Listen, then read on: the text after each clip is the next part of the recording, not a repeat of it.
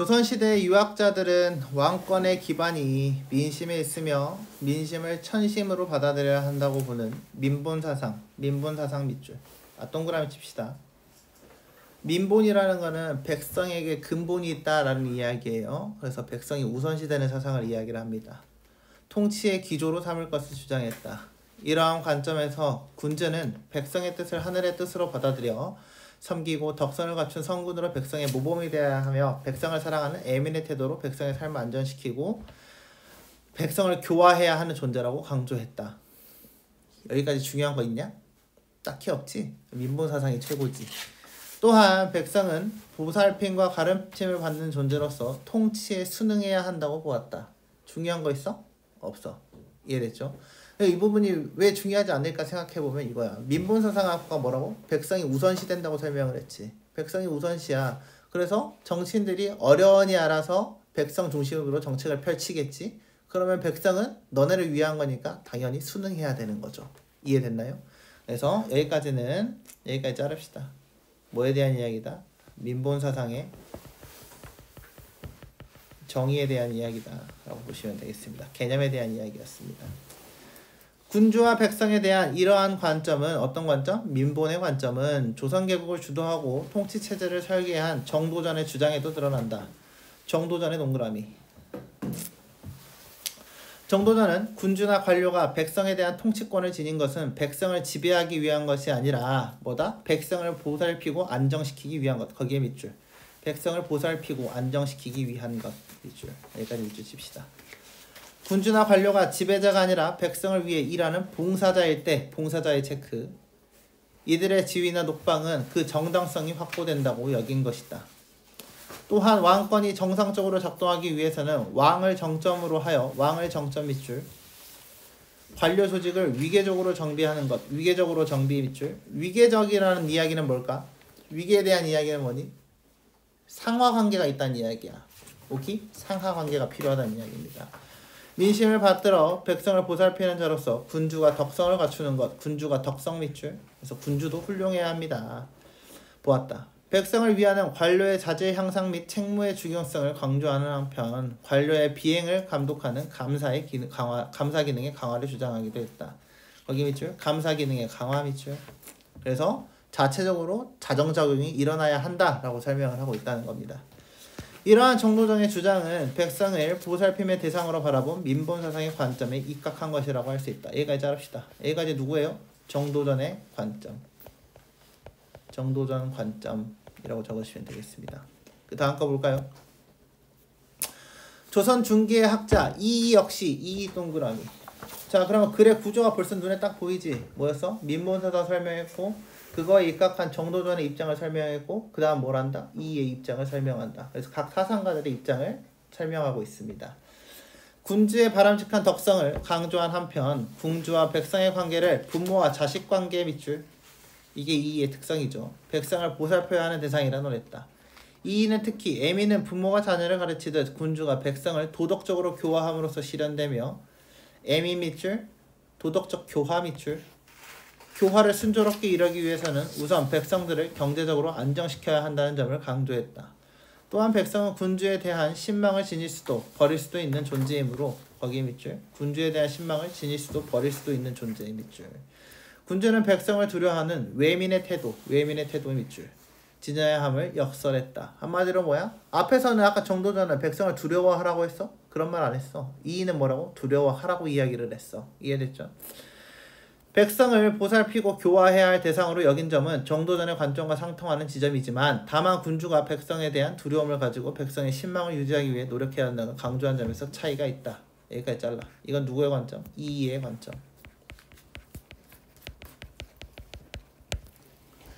다음 조선 후기의 학자 정약용 동그라미. 그럼 이번엔 또 정약용에 대한 이야기. 정약용은 대표적인 누구니? 실학자지. 그래서 실학에 대한 이야기입니다. 환자나 극빈자, 노인과 어린이 등 사회적 약자에 속하는 백성을 적극적으로 보호하는 것이 애민의 내용. 사회적 약자 밑줄, 적극적 보호 밑줄. 이게 바로 무엇이다? 애민이다 라고 이야기를 했습니다. 이는 백성을 보살핌에 바라보는 시각을 구체화한 것. 시각 구체화의 밑줄. 한편 정약용은 백성을 통치체제 유지에 기여해야 하는 존재라고 보고 통치체제 유지에 기여 밑줄. 백성이 각자 경제적 형편에 부합하는 역할을 수행해야 한다. 역할 수행 밑줄. 백성에 대한 기존 관점과 차이를 드러냈다. 그는 가난한 백성인 소민 동그라미, 교화를 따름으로써 부유한 백성인 대민 동그라미. 자, 그럼 소민은 교화에도 밑줄 쳐놓자. 생산수단, 그 다음에 대민 동그라미, 생산수단 제공 밑줄, 납세 밑줄. 통치질서의 안정에 기여해야 한다고 논했다. 이는 조선 후기 농업기술과 상공업의 발달로 인해 재산을 축적한 백성들이 진정한 현실을 고려한 것으로 현실 고려 밑줄. 백성이 국가를 유지하는 근간이라고 보는 관점에서 기반한 주장이었다. 잘라. 누구의 관점? 정약용의 관점.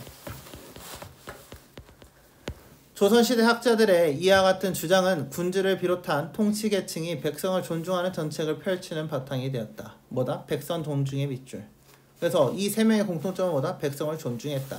백성을 대상으로 한 교육제도, 관료의 행포를 경제하는 감찰제도, 민생안전을 위한 조세 및 복지제도, 백성의 민원을 수렴할 수 있는 소원제도 등을 백성을 위한 정책이 구현된 사례라고 할 수 있다. 라고 이야기를 했습니다. 이해됐나요?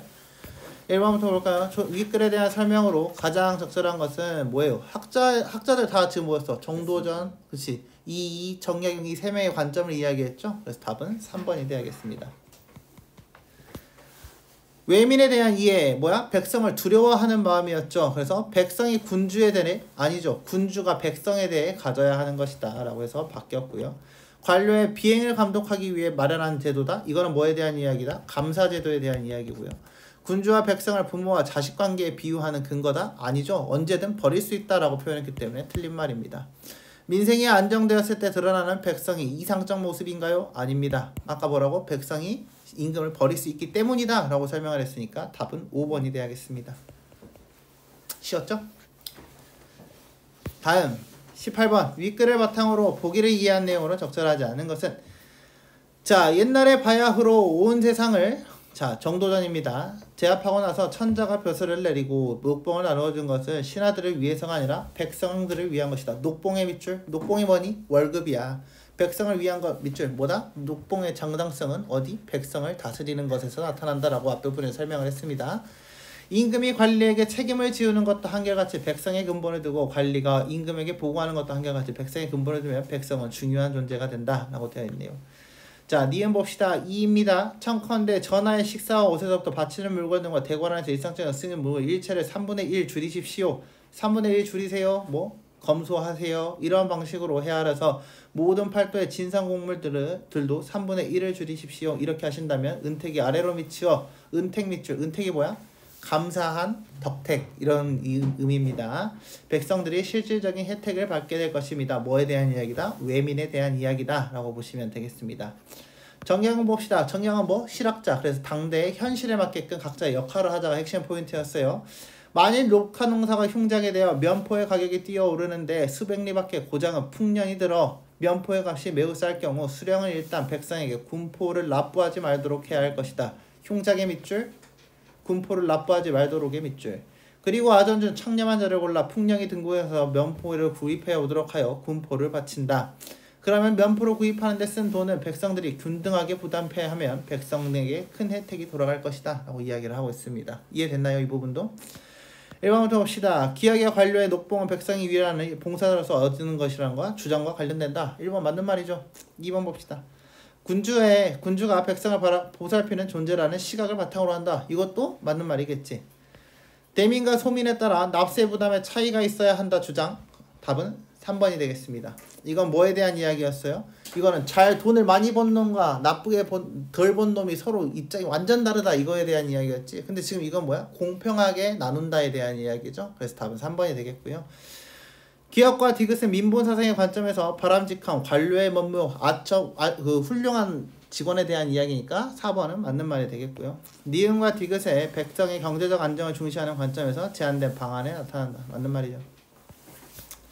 단 19번. 다음 윗글을 읽은 학생의 독후활동이다. 가에 들어갈 내용은, 자, 유사한 화제에서 관점의 차이 밑줄 정리해보자 라고 되어 있습니다.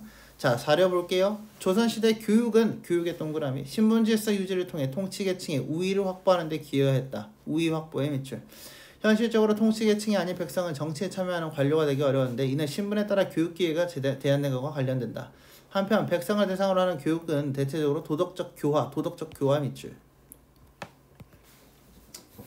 자료와 A는 이라고 되어 있습니다. A가 뭘까? 앞에 있던 부분이겠지. A가 어디에요? 맨 마지막에 대한 부분이죠. 그래서 백성을 위한 구현된 사례라고 할 수 있다. 이 부분에 대한 내용입니다. 한번 봅시다. 백성이 교육을 기회를 얻고자 노력했는지 이거 맞냐? 백성이 얻고자 지가 노력해야 돼? 그런 거 아니죠? 1번 제껴야죠. 교육이 본질적으로 백성을 위한 것인지에 대한 관점의 차이를 보이고 있다라고 이야기를 하고 있습니다. 자, 그러면 봐봐. 자료는 뭐에 대한 이야기? 도덕적 교화에 대한 이야기. A에서 교육은 뭐에 대한 이야기? 교육은 뭐에 대한 이야기? 백성을 존중하는 정책이었다는 이야기예요. 이해됐나요? 그럼 답은 몇 번? 2번이어야 되는 거죠. 이해됐나? 왜냐면 2번. 왜냐면 차이점을 이야기를 하고 있잖아. 그치? 자료에서는 뭐였어? 도덕적 교화에 대한 것만 했다는 이야기거든. 그러니까 백성을 진짜 위한 건 아니야. 잘 다스리기 위한 거죠. 근데 A는 뭐에 대한 이야기였어요? 백성에게 교육을 시켜줬다. 백성이 본질이라는 이야기였죠. 그래서 답은 2번이 돼야겠어요. 교육 방식이 현대적이지? 사교육 있냐고 물어보는 건가? 아니죠. 그 다음에 신분질서 제끼고요. 백성이 어떻게 정치에 참여했는지 이런 내용도 없습니다. 문맥상 A에서 E와 바꿔쓰기에 따라 적절하지 않은 것은 이라고 되어 있습니다. 따라야 A 봅시다. 순응한다, 따르다. 맞는 말이죠. 1번은 맞는 말이에요. 2번 가다듬는다 라고 되어 있습니다. B가 뭐예요? 위계적으로 정비한다, 가다듬는다. 맞는 말이죠. 그 다음에 C에 끊임없이 라고 되어 있습니다. C는 뭐예요? 교화를 순조롭게, 편안하게, 막힘없이 이런 의미죠. 근데 끊임없이 라고 이야기를 했으니까 계속해서 라는 의미가 되겠습니다. 그래서 답은 3번이 되겠네요. 이해됐나요?